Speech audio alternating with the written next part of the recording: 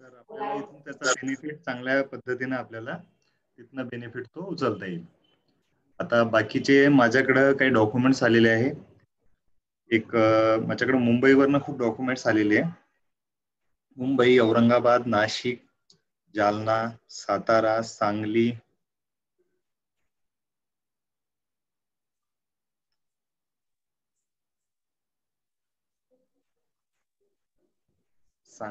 बीड,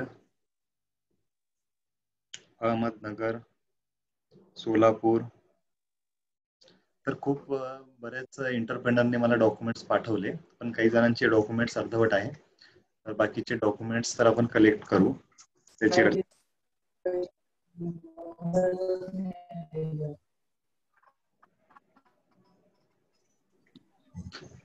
सर्वांना लक्ष देतो ना विषय.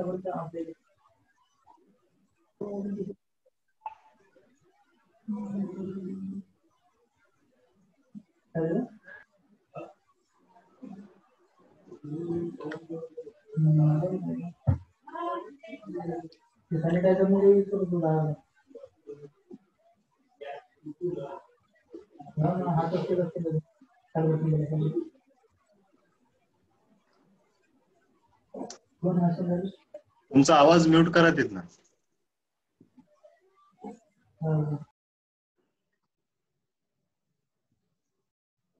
तर आतापर्यंतची माहिती दिली तुमच्या लक्षात आली ना सर्वांची, की मला स्कीम बद्दल तुम्हाला स्टार्टअपची स्कीम काय मी तुम्हाला सांगितली.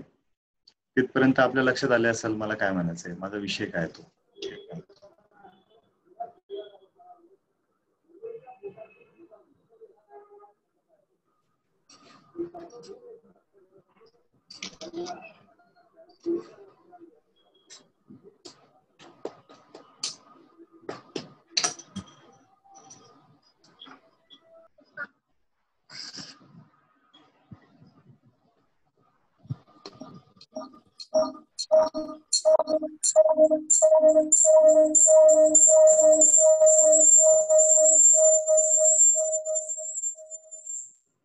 आवाज म्यूट करा बाकीच्यांचा.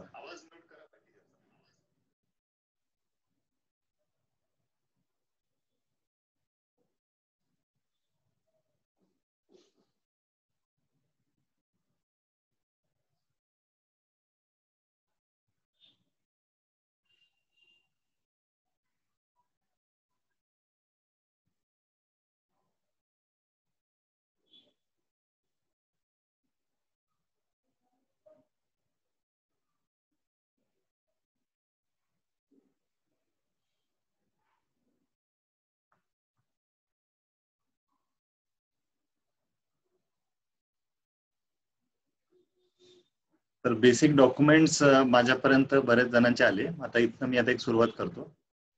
स्कीम बद्दल तुम्हाला डेस्कटॉपला मी दाखवले डॉक्युमेंट्स. Single point registration. तर एखाद्या वेंडरचा रेट जास्तही असला, if the participating MSC quoting price within price band L1 plus 15% shall also be allowed to supply a portion up to 25 of requirement by bringing down their price L1 price where L1 is non-MSC. म्हणजे जर एखाद्या SC ST entrepreneur किंवा small scale industry मधला जर एखादा contractor आहे, त्यांनी एखादा टेंडर भरला आणि त्याचे रेट थोडेफार किंवा जास्त पण असले तरी त्यांना 15% किंवा 25% पर्यंत त्यांच्याकडनं डिपार्टमेंट मटेरियल खरेदी करू शकतात, अशी त्याची टर्म्स सुद्धा आहे. आणि in addition of the 358 items are also reserved for exclusive purchase of SSL sector. तर 358 पेक्षा आता तर नवीन एक्सटेन्शन आले आहे, 358 पेक्षा जास्त प्रॉडक्ट MSCच्या माध्यमातून घ्यायचे असं त्यांनी सांगितलेलं आहे. त्यासाठी तुम्हाला काय करायचंय, तर all micro and small enterprise having EM part second optional Udyog Aadhaar memorandum eligible for registration with NSIC under in single point registration scheme, म्हणजे SPRS च्या अंतर्गत त्या स्कीमला ते जॉईन झालेले पाहिजे. त्यानंतर आता ही अट आपण समजायची नाहीये, कारण या अटीमध्ये आता बऱ्यापैकी डिफरन्स आलेला आहे, तर ही अट आपण आता बघणारच नाही. त्यानंतर registration fee. The registration fee of SPRS is based on the net sales turnover as per latest audited balance sheets of the micro and small enterprise for the registration, renewal, and any other amendment, etc. However, the registration, renewal, and any other amendment. म्हणजे SC ST is available at token amount. तर तुम्हाला 100 रुपये plus GST मधून तुमचं share amount तुम्हाला तिथे द्यायची आहे. त्यानंतर तुम्हाला जे काही आतापर्यंतचे बेनिफिट सांगितले ते पूर्णपणे बेनिफिट तुम्हाला याच्या अंतर्गत मिळतील. तर तुम्हाला काय करायचंय, तुम्हाला तुमचं उद्यम रजिस्ट्रेशन रजिस्टर्ड करायचंय. त्यानंतर तुम्हाला तुमचं जे काही NSIC चं डॉक्युमेंट्स आहे ते NSIC चं डॉक्युमेंट्स तुम्हाला काढायचे, जेणेकरून तुम्हाला आता अगोदरचे जे डॉक्युमेंट दाखवले होते मी ते डॉक्युमेंट काढल्यानंतर तुमचा फायदा काय झाला, तुम्हाला निविदा फी व इसारा रक्कम भरण्याची गरज नाही. त्यानंतर तुमचं NSIC आणि MSME चं सर्टिफिकेट रजिस्ट्रेशन असल्यामुळं तुम्हाला आता दुसरं डॉक्युमेंट्स काय, त्यामुळे तुमचं 3 नंबरचं डॉक्युमेंट्स पण तुमचं कम्प्लीट झालं. त्यानंतर दुसरं डॉक्युमेंट्स होतं तुमचं पॅन कार्ड. पॅन कार्ड शक्यतो तुम्हाला कुठेही देण्याची गरज असते, त्यामुळे मी कालही तुम्हाला सांगितलं होतं की पॅन कार्ड मस्ट आहे. त्यानंतर आता आपला प्रश्न कुठे राहिला, GST, नंतर इन्कम टॅक्स आणि मागील 3 वर्षांची आर्थिक क्षमता दर्शवणारे कागदपत्र. बरोबर आहे. तर GST कुठल्याही कॅटेगरीचा असला तरी त्यांच्याकडे स्मॉल असो लार्ज स्केल असो तर तुम्हाला GST तर कंपल्सरी आहे. GST सर्टिफिकेट पासून तुम्हाला कुठल्याही प्रकारचं एक्झम्पशन मिळणार नाही. आणि ज्यांचा टर्नओव्हर 20 लाख रुपयाच्या आत आहे त्यांना तसंही GST लागतच नाहीये. म्हणजे ज्यांनी नवीन बिझनेस चालू केला त्यांना GST काढण्याची गरजच नाही. पण ज्यांना प्रायव्हेट सेक्टरमध्ये एखाद्या कंपनीमध्ये काम करायचंय, मोठ्या एखाद्या ऑर्गनायझेशनला काम करायचंय तर त्यांना GST सर्टिफिकेट गरजेचं असतं. ज्यांच्याकडे GST नाहीये त्यांनी GST नाही काढला तरी ते व्यवसाय करू शकतात, पण मग काही डिपार्टमेंटमध्येच तुमचा GST चालतो. काही डिपार्टमेंटमध्ये तुम्हाला टेंडर मिळणार नाही आणि तिथे तुम्हाला पार्टिसिपेट पण होता येणार नाही. इथपर्यंत तुमच्या लक्षात येत आहे सर्व विषय?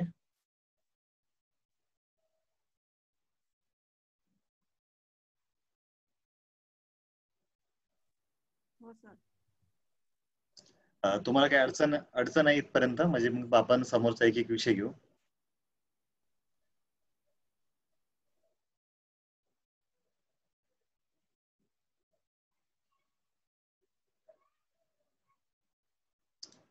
GST बद्दल तुम्हाला काही अडचण आहे का?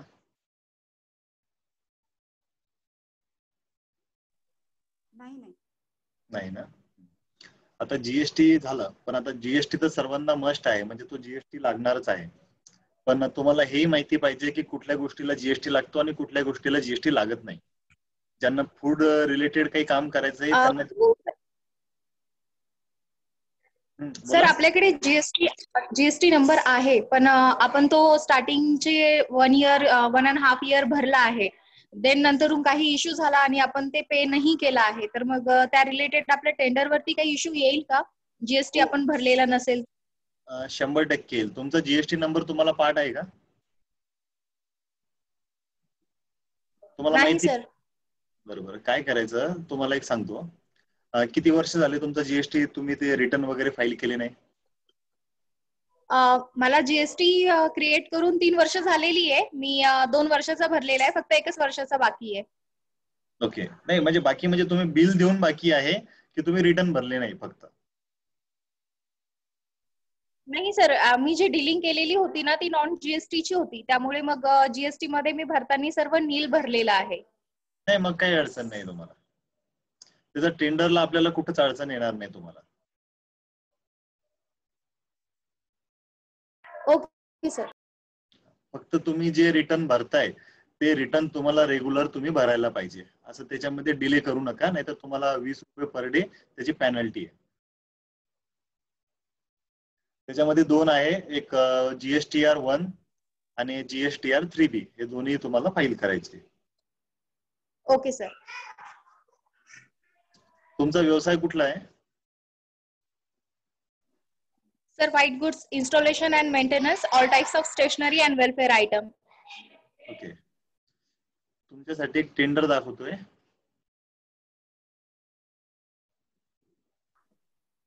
काय सर?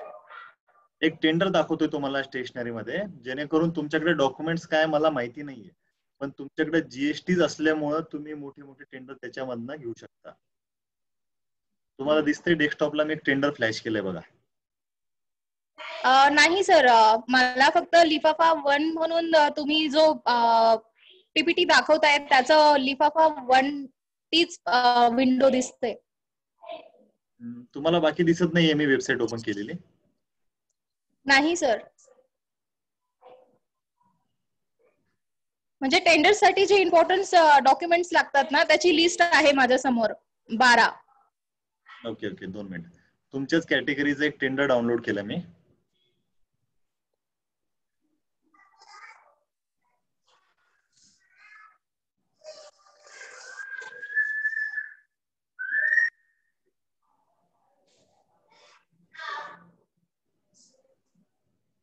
सर मी सेकंड टाइम जॉईन केलं ना त्यामुळे मला तो फर्स्ट प्रेझेंटेशनचा हे दिसतोय.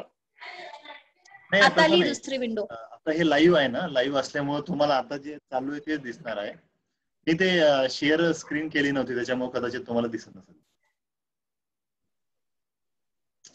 जर तुमच्याकडे एमएसएमईचं सर्टिफिकेट असलं तर आता मी तुम्हाला एक टेंडर दाखवतो. ओके तर सर. या टेंडरला तुम्ही 100%, आता मला तर माहिती नाही तुमच्याकडे काय डॉक्युमेंट्स आहे, पण जर तुम्ही एमएसएमईच्या अंतर्गत जर तुम्ही काम करत असाल तर तुम्ही फ्री ऑफ कॉस्ट टेंडर भरू शकता. आपण एक 2 मिनिटात ते टेंडर डाउनलोड होईल, तुम्हाला त्याची यादी पण तिथं दिसेल. आणि आता आपण कमी डॉक्युमेंट मध्ये सुद्धा टेंडर भरू शकतो. आता असं कंपल्शन नाहीये की पूर्णपणे डॉक्युमेंट पाहिजे, तर त्याचे पण आपल्याला ती पण गोष्ट शिकायची आहे समोर की आपल्याला काय काय करायचंय त्याच्यामध्ये. आता हे बघा, इथं 1,000 रुपये फी आहे, 1100 रुपये, आणि इथं 15,000 रुपये फी आहे. बरोबर आहे, दिसतंय ना तुम्हाला? हो सर.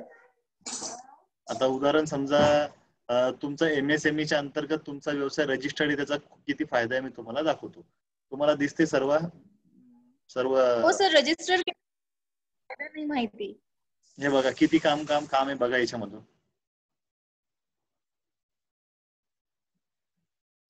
स्टेशनरीचं 5 लाखाचं टेंडर आहे, विविध पाकिटे छपाई करून पुरवठा करणे.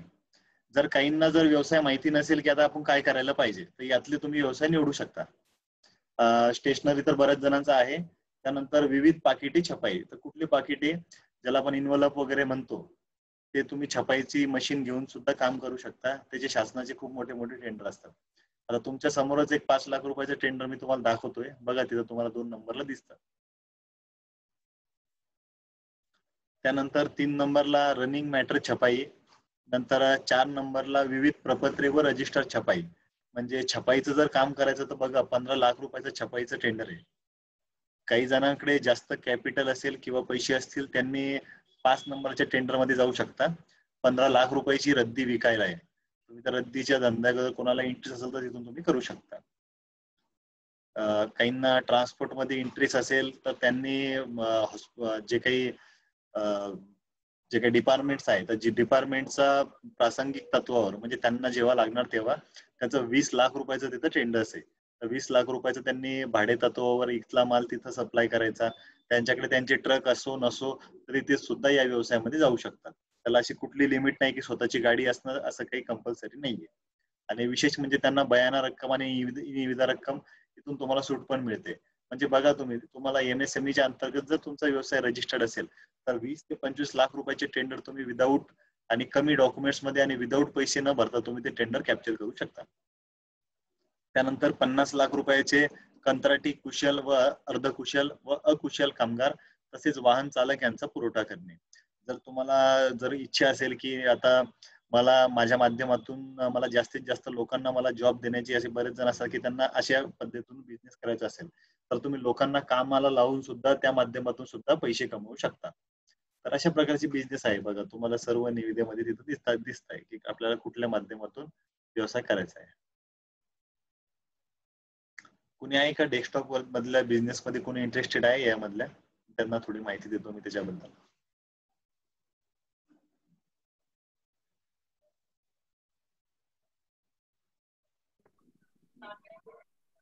सर या टेंडरची पीडीएफ पाठवा ना, मी आता एक व्हॉट्सअपला मेसेज केला. व्हॉट्सअपला मेसेज केला का?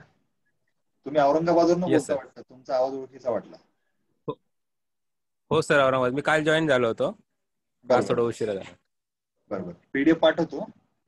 तर हे बघा असे बिझनेस yes. आहे आणि सध्या शासनानं काय केलेलं आहे, सर्व परमनंट जे काही लोक होते त्यांना आता कंत्राटीमध्ये मिळत आहे. मला तरी मी सजेशन देतो तुम्हाला, म्हणजे मला तो बिझनेस आवडतो, मुळात मला त्या बिझनेस मध्ये जायचं नाहीये, पण मॅन पॉवरचा बिझनेस आताच्या कंडिशनला केलेला खूप खास राहील. ज्यांना म्हणजे तुम्हाला लोकांना जॉबही देणं सोपं होईल. आणि खूप लोक बघतोय मी, सर्वजण म्हणतात काहीतरी काम द्या. खूप जणांचे सकाळी संध्याकाळ फोन चालू असतात, काहीतरी काम असलं तर द्या. आणि ऑलरेडी आपल्याकडे इतके काम आहे की इतक्या लोकांना आपण जॉब देऊ शकतो. माझ्याकडे तर मी तुम्हाला सांगतो 50,000 लोकांना तर इझी आपण जॉब देऊ शकतो, एवढे आपल्याकडे काम आहे सध्या. तर अशा माध्यमातून जर तुम्ही एखादं टेंडर पण यातनं घेतलं तर तुम्ही लोकांनाही जॉब लावू शकता. एक सोशल काम पण होतं आणि तुम्हाला तिथून चांगल्या प्रकारचं प्रॉफिट पण होईल, तुम्हाला अर्निंग पण चांगल्या प्रकारे तिथून होईल. कोणतरी बोलत होतं, बोला सर. हो, मी बोलत होती सर, स्टेशनरीचा जर करायचा असेल तर. तुम्ही मुळात करताय ना स्टेशनरीचा? हो, स्टेशनरी करते ना.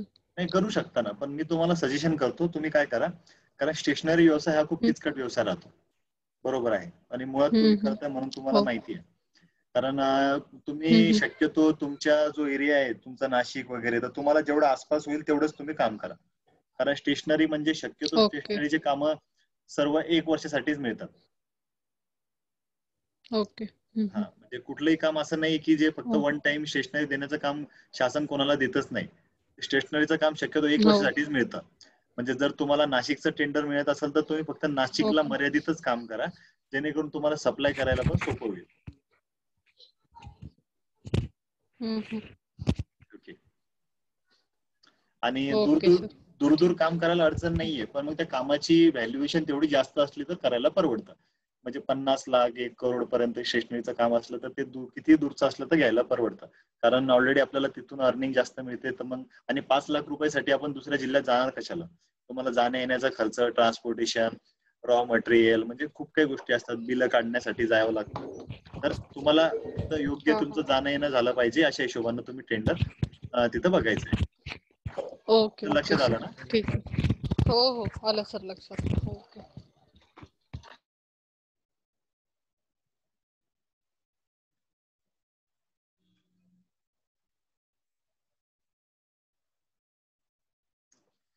तर आता जे स्टेशनरी बद्दल आपण बोललो, तर त्याच्यामधून बघा, त्याला स्टेशनरीसाठी आपल्याला एवढ्या डॉक्युमेंटची गरज असते. कार्यादेश ग्राह्य धरले जाणार नाहीत. त्याच्यानंतर बँक सॉल्व्हन्सी सर्टिफिकेट, बँक पतदारी प्रमाणपत्र. तर इतके डॉक्युमेंट्स लागतात ते टेंडर घेण्यासाठी. आणि आपण टेंडरची आपण त्यांना काय काय सप्लाय करायचे याची आपण यादी पण बघू.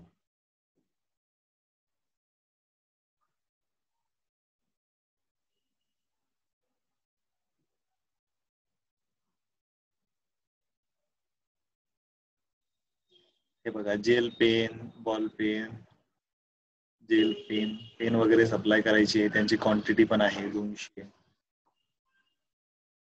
त्यानंतर तुम्ही खाली बघू शकता खूप प्रकारचे तिथं दिलेले पेपर्स असतील, CD, DVD, marker pen, permanent marker pen. सोपा बिझनेस आहे, पण डॉक्युमेंटचे सह तुम्हाला बघायचंय. झेरॉक्स कागद, कंपनी कुठली आहे ते पण बघायचंय. 75 GSM, 80 GSM, 70 GSM. ट्रेड्स किंवा जेलमध्ये रजिस्ट्रेशन गरजेचं नाही. काय म्हणता? तुमचा आवाज हॅलो सर. बोला ना, बोला. याच्यासाठी आपण जर कुठलं गव्हर्नमेंटचं टेंडर, त्याच्यासाठी जेम किंवा ट्रेड्स असं काही रजिस्ट्रेशन असणं गरजेचं नाहीये ना? नाही, तसं काही नाही.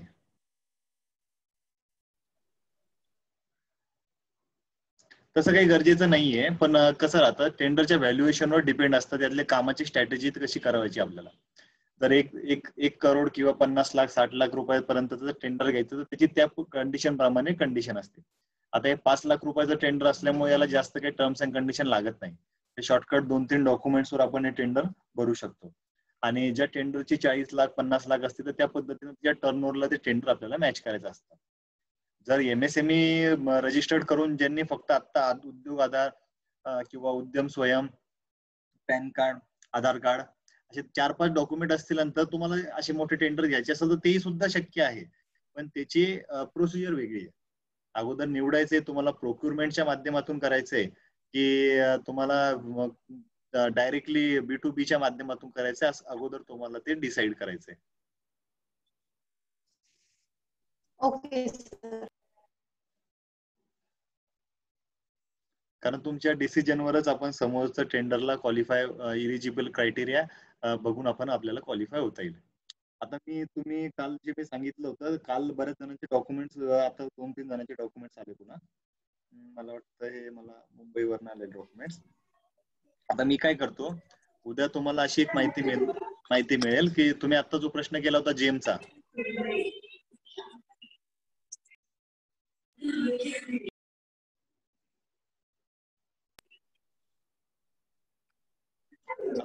आता तुम्ही जे डॉक्युमेंट्स पाठवले मला, ते त्यांनी MSME चं सर्टिफिकेट पाठवलं, त्याला उद्यम स्वयंचं सर्टिफिकेट पाठवा, त्याला मर्ज करून. ते चालणार नाही. तर आता उद्या, आज माझं रजिस्ट्रेशन मी करून घेणार आहे सर्वांचे, आणि रजिस्ट्रेशन झाल्यानंतर विदाऊट आपण कुठले डॉक्युमेंट्स न जोडता आपल्याला जास्तीत जास्त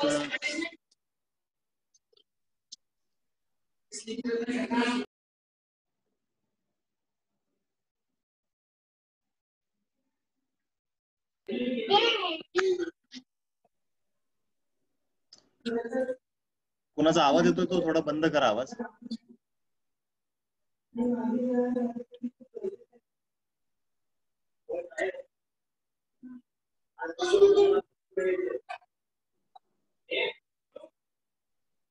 कुणाचा आवाज येतोय?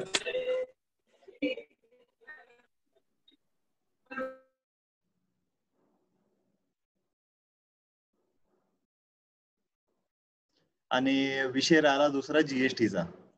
तर जीएसटी मध्ये लक्षात घ्या, आता काही जणांनी जाऊन नवीन बऱ्याच जणांचा फोन आला की जीएसटी सर्टिफिकेटच नाहीये. तर त्यांना एक PDF आता शेअर करतो मी. ती PDF तुम्ही एकदा लक्षपूर्वक बघा. मी तुम्हाला त्यात महत्वाचे काही मुद्दे देतो. PDF मध्ये काही माहिती दिलेली आहे. आता तुम्हाला जीएसटी ठीक आहे, ज्यांच्याकडे जीएसटी नाहीये तर त्यांनी काय करायचंय, तर त्यांना एक PDF दिसते इथं. ज्यांना या व्यवसायामध्ये इच्छा आहे तर त्यांना जीएसटी मधनं एक्झप्शन देण्यात आलेलं आहे. एक्झप्शनला आपण म्हणू शकतो सूट देण्यात आलेली आहे. सूट दिलेले आयटम कोणकोणते, तर हे बघू शकता तुम्ही.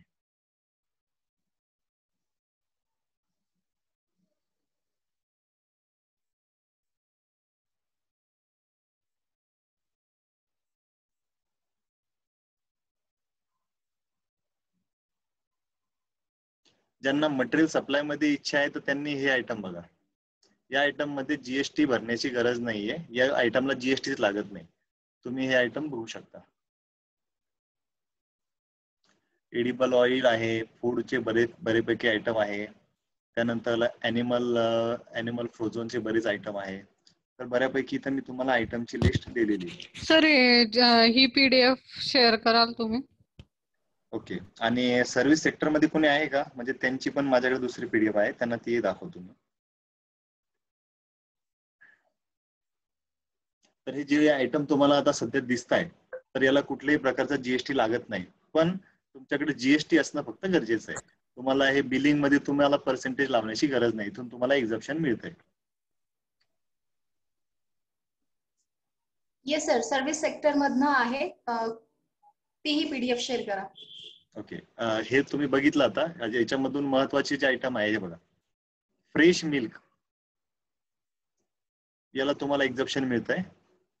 त्यानंतर बटर मिल्क, बर्ड्स एग्स, इतर म्हणजे काल परवा चर्चा केली होती की कोणाचा प्लांट जर बनवायचा असेल तर त्यातून बघा तुम्हाला तिथं मिळते. त्यानंतर हनी बीज ज्यांना माहिती आहे त्यांना पण ते मॅन्युफॅक्चरिंग करू शकता. विशेष म्हणजे जर कोणाकडे चांगली शेती असेल, मोसंबीचा प्लांट असेल किंवा बाकी प्रकारचे काही ज्यांना ऍग्रिकल्चर मध्ये काम करण्याची इच्छा आहे, त्यांच्याकडे पाण्याची चांगली सुविधा आहे, त्यांनी हनी बीज पण करू शकता. तिथनं मिळणारा हनी एक्सपोर्ट करण्यासाठी पण तुम्हाला वेंडरशिप खूप मस्तपणे वेंडर मिळते आणि तुम्हाला तिथनं चांगल्या प्रकारचा तुम्हाला रेट सुद्धा तिथून मिळतो. त्याच्यानंतर ह्युमन हेअर्स, हे पण एक चांगला आहे. याला पण हा वेस्ट असल्यामुळं तुम्हाला तिथनं सुद्धा तुम्हाला जीएसटी मधनं एक्झप्शन मिळतंय. नंतर लाईव्ह ट्रीज प्लांट्स, इथनं पण तुम्हाला मिळतंय.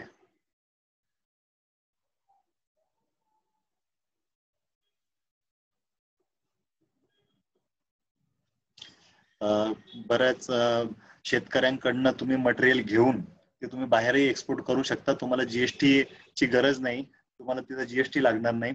त्या उलट तुमचा असा एक फायदा होईल की जीएसटी नसल्यामुळं तुम्ही समजा एखाद्या शेतकऱ्यांकडनं मिरची घेतली किंवा एखादा पोटॅटो घेतला, उदाहरण मी असं समजतो, मला एक जण कम्युनिकेशन करा म्हणजे मग मला ते लिंक येईल आणि म्हणजे मला ते माझे प्रश्न पूर्णपणे तुम्हाला सांगता येईल. ज्यांना फक्त सेलिंग मध्ये इंटरेस्ट आहे त्यांनीच मला माझ्याशी चर्चा करा, म्हणजे मग त्यांना मला पूर्णपणे माहिती सांगता येईल.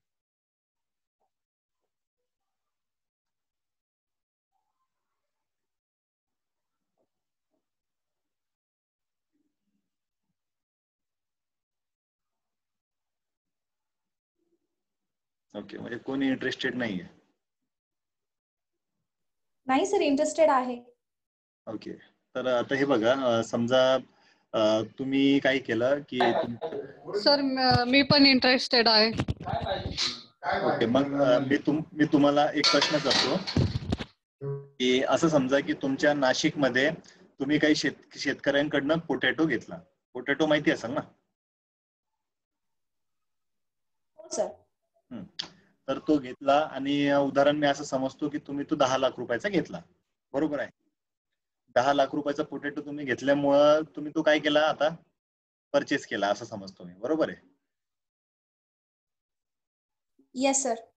आणि तो परचेस केल्यानंतर तुम्ही तो एखाद्या पार्टीला किंवा पर्सनल तुम्ही तो काय केला, पर्सनल तुम्ही तो समजा जे काही होलसेलर असतात, जे आपण म्हणतो मार्केट कमिटीमध्ये आपण बघतो ना, ते हराशी वगैरे लावतात आणि तो पोटॅटो विकतात. फर्स्ट टाइम तुम्ही काय केलं, तुम्ही तो तुमच्याकडे एक्सपोर्ट केला आणि इम्पोर्ट केला आणि आता तुम्हाला तो एक्सपोर्ट करायचा आहे. तर एक्सपोर्ट करायच्या वेळेस तुम्हाला काय करायचंय, तुम्ही 10 लाख रुपयाचा खरेदी केल्यामुळे तुमच्या अकाउंटला 10 लाख रुपयाचं परचेस झालं आणि 10 लाख रुपयाचं परचेस झाल्यानंतर आता तुम्हाला तो मार्केटला सेल करायचा आहे. तुम्हाला परचेस करण्यासाठी तुम्हाला कुठं शेतकऱ्यांकडे जीएसटी तर शेतकऱ्यांना नाही आणि इथं सुद्धा जीएसटी त्यात दिलेलाच नाहीये, त्यामुळे तुम्हाला जीएसटी लागतो का? नाही. नंतर तुम्ही काय केलं, तोच माल मार्केट कमिटीला कॅशच्या संदर्भात किंवा तुम्ही डायरेक्टली त्यांना तो विकला. म्हणजे डायरेक्टली तुम्ही तुमच्या अकाउंटला विकल्यामुळे तुम्हाला काय फायदा झाला, त्या 10 लाख रुपयावर तुम्हाला मूळ प्रॉफिट झालं. का, कसं मूळ प्रॉफिट झालं? ठीक आहे, तुम्ही 10 लाख रुपयाला घेऊन तिला तुम्ही 11 लाख रुपये कमवले, म्हणजे 11 लाख रुपये तुम्हाला आले, म्हणजे तुम्हाला 1 लाख रुपये प्रॉफिट झाला. तर तुमचा फायदा काय झाला, तुम्ही जे रॉ मटेरियल घेतलं किंवा तुम्ही जसाच्या तसा पोटॅटो घेतला, त्याला समजा तुम्ही वॉश केलं किंवा जे काही केलं असेल ट्रान्सपोर्टेशन वगैरे करून तुम्ही तुमच्या गोडाऊनला आणला किंवा ज्या मार्केट कमिटीला तुम्हाला तो विकायचा होता तिथपर्यंत तुम्ही विकला. फायदा काय झाला, 10 लाख रुपयात परचेस केलं, अकाउंटला ट्रान्झॅक्शन झालं आणि 10 लाख रुपयाचं मटेरियल तुम्ही 11ला विकला. 1 लाख रुपये तुम्हाला मुद्दल तिथं राहिली, तुमची मुद्दलही निघली आणि 1 लाख रुपये तुम्हाला तिथं सरळ सरळ राहतात. फायदा काय झाला की 10 लाख रुपयाचं ज्यावेळेस तुम्ही दुसऱ्या व्यक्तीला सेल केला त्यावेळेस तुम्हाला तुमच्या अकाउंटला फक्त एवढं दाखवावं लागलं की 10 लाख रुपयाचा माझा सेल झाला आणि टॅक्स मध्ये एक्झम्पशन असल्यामुळे तुम्हाला तिथं कुठेही टॅक्स भरण्याची गरज नाही. त्यात फायदा काय झाला, तर फायदा असा झाला, तुम्हाला जीएसटी न भरता तुमचा 10 लाख रुपयाचा टर्नओव्हर झाला. लक्षात आलं का हा विषय? नाहीतर पुन्हा सांगतो, कळालं नसेल तर. Yes sir. म्हणजे तुमचं आता बरेच जण म्हणतात की टर्नओव्हर करणं अवघड आहे, तर किती सोपा मार्ग आहे की पोटॅटो घेतला, मिरची घेतली, गोडाऊनला स्टॉक केली, त्या व्यक्तीला त्याचे पैसे दिले किंवा नंतर द्यायचे, पण तुम्ही त्याचं टर्नओव्हर वाढू शकता. पोटॅटो जे फूड ग्रेन्स आहे त्याच्या माध्यमातून तुम्हाला तिथं टर्नओव्हर ज्यांना वाढवायचा असेल त्यांनी तो वाढवला. माझा तुमचा दुसरा फायदा काय झाला तुम्हाला सांगतो, तुम्ही काही टॅक्स न भरता तुम्ही 10 लाख रुपयाचा टर्नओव्हर केला, पहिली गोष्ट. दुसरी गोष्ट काय झालं, असंच एक काम आलं आणि तुम्हाला एखाद्या चिप्सचं टेंडर लागलं. चिप्स म्हणजे चिप्स, आता चिप्सला तर चिप्स असतात ना, पोटॅटो चिप्स. तर पोटॅटो चिप्सचं समजा एखाद्या मसाले पापडच्या कंपनीला किंवा एखाद्या ऑर्गनायझेशनला चिप्सचा पुरवठा करायचा आहे.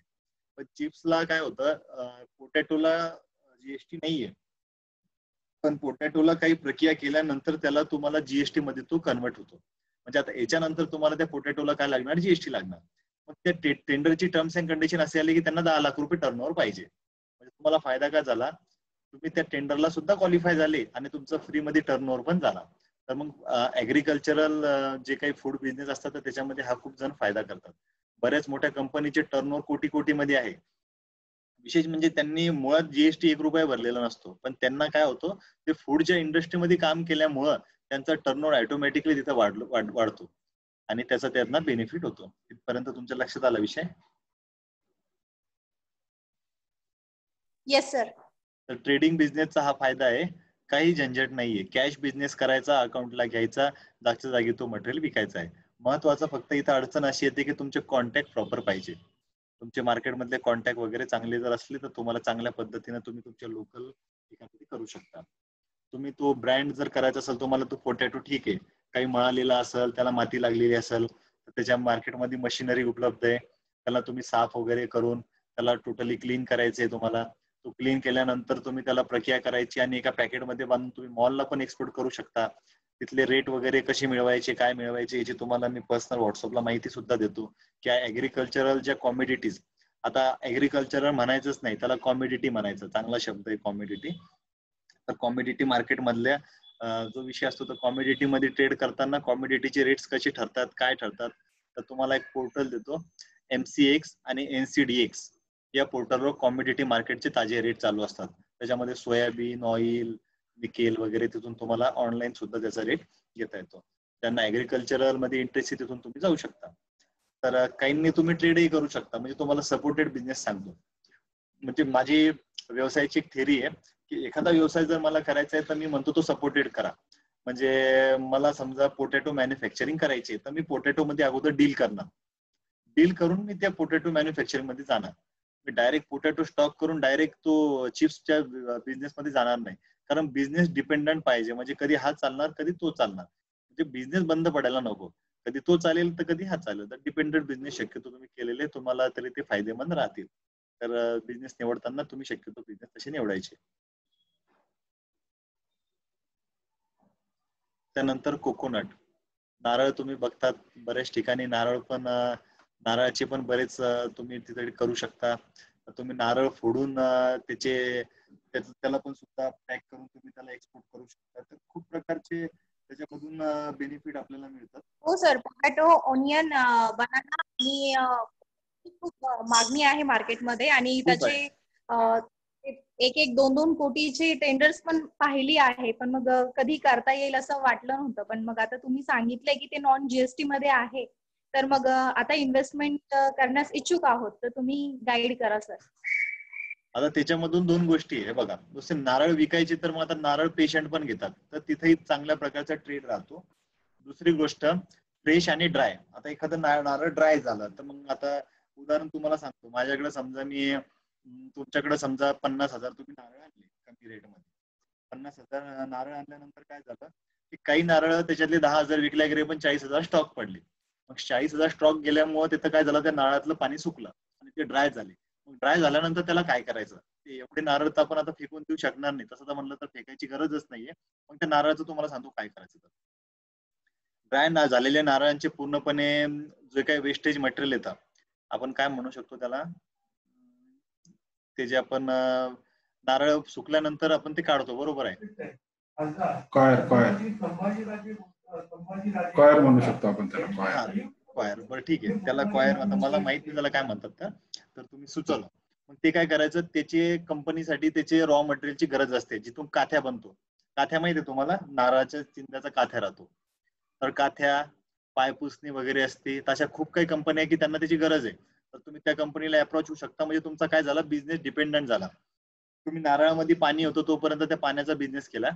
त्यानंतर ते नारळ सुकले, त्यानंतर तुम्ही ते ड्राय केल्यानंतर त्या नारळाला फोडलं आणि त्याला त्यामधून जर काही नारळ खराब असलं तर तुम्ही ते कोकोनट, जे काही पॅराशूट वगैरे कंपन्या असतात तर त्यांना सुद्धा तिथे रिक्वायरमेंट असते खराब नारळांची, तिथं पण तुम्ही सप्लाय करू शकता. म्हणजे प्रत्येक ठिकाणी तुम्ही ते सप्लायची सोर्सिंग तिथून करू शकता. त्याचा पण माझ्याकडे वेगळा एक प्रोजेक्ट रिपोर्ट आहे. विशेष म्हणजे माझा मित्र तो करतोय, त्याने त्याच्या शेतामध्ये पूर्णपणे नारळाची झाडं लावलेली आहे. त्याने म्हणजे तो दुबार शेती करतो. नारळाची सुद्धा त्याची ट्रेडिंग चालू असते. प्लस त्याचं जे काही पेरण्यासाठी जे आपण म्हणतो ना, वातावरणानुसार जे काही पीक असतो तो पीक सुद्धा त्या माध्यमातून घेतो. तर तिथं पण सुद्धा तुम्ही त्या माध्यमातून पण तुम्ही सुद्धा चांगला बिझनेस करू शकता.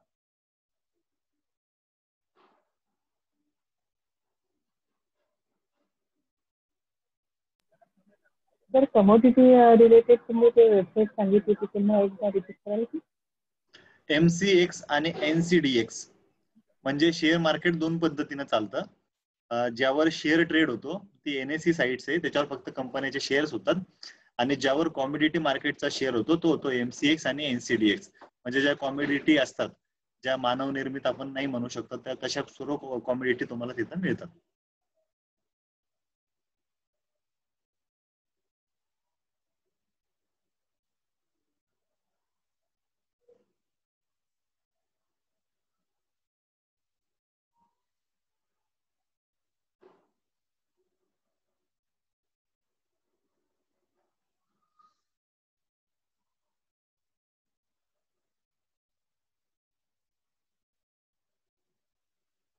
हे दिसतंय सर्वांना?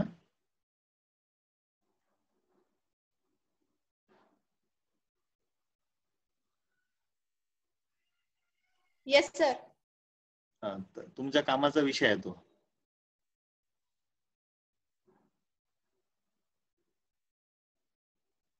ज्यांना स्वतःचा ब्रँड वगैरे बनवायचा आहे त्यांच्यासाठी ही गोष्ट पण चांगली आहे. 101 नंबरचा आयटम आहे, त्याला हायलाइट केलं मी, तो पण तुम्ही वाचू शकता तिथून.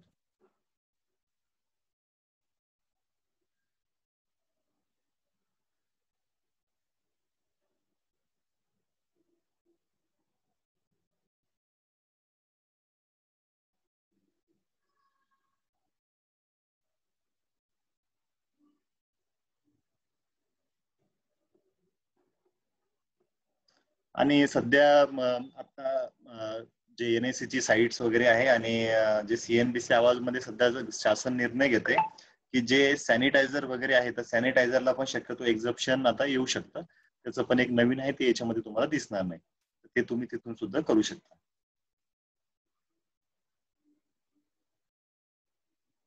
नंतर प्लास्टिक बँगल्स वगैरे, त्याच्यानंतर प्रिंटेड बुक्स आहे, न्यूजपेपर आहे, children's maps, raw silk waste, खूप प्रकारचे प्रॉडक्ट्स आहे. मी तुम्हाला ते पाठवतो, सर्वजणांना PDF पाठवतो. तर आता हा झाला सर्व्हिसचा विषय. हँडलूमचे प्रॉडक्ट्स आहे.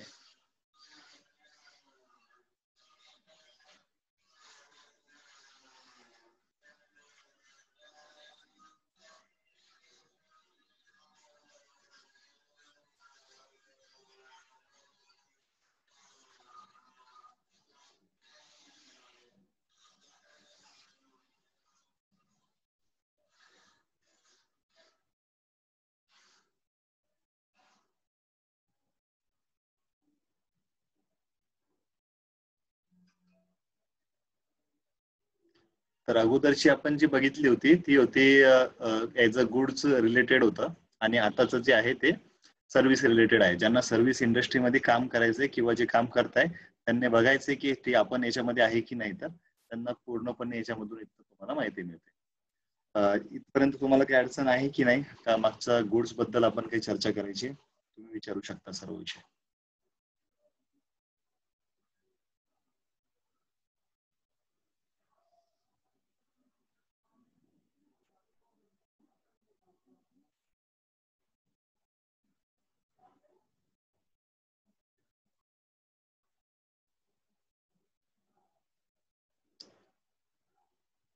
आवाज येतोय ना? हो येतो सर. इथपर्यंत लक्षात येत आहे ना तुमचा सर्व विषय?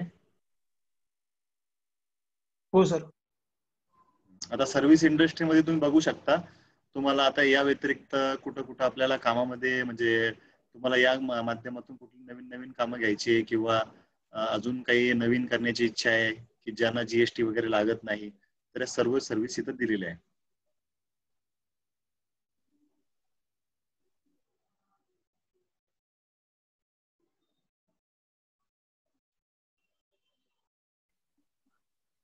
सर मॅन्युफॅक्चरिंग जे युनिट आहे, मॅन्युफॅक्चरिंग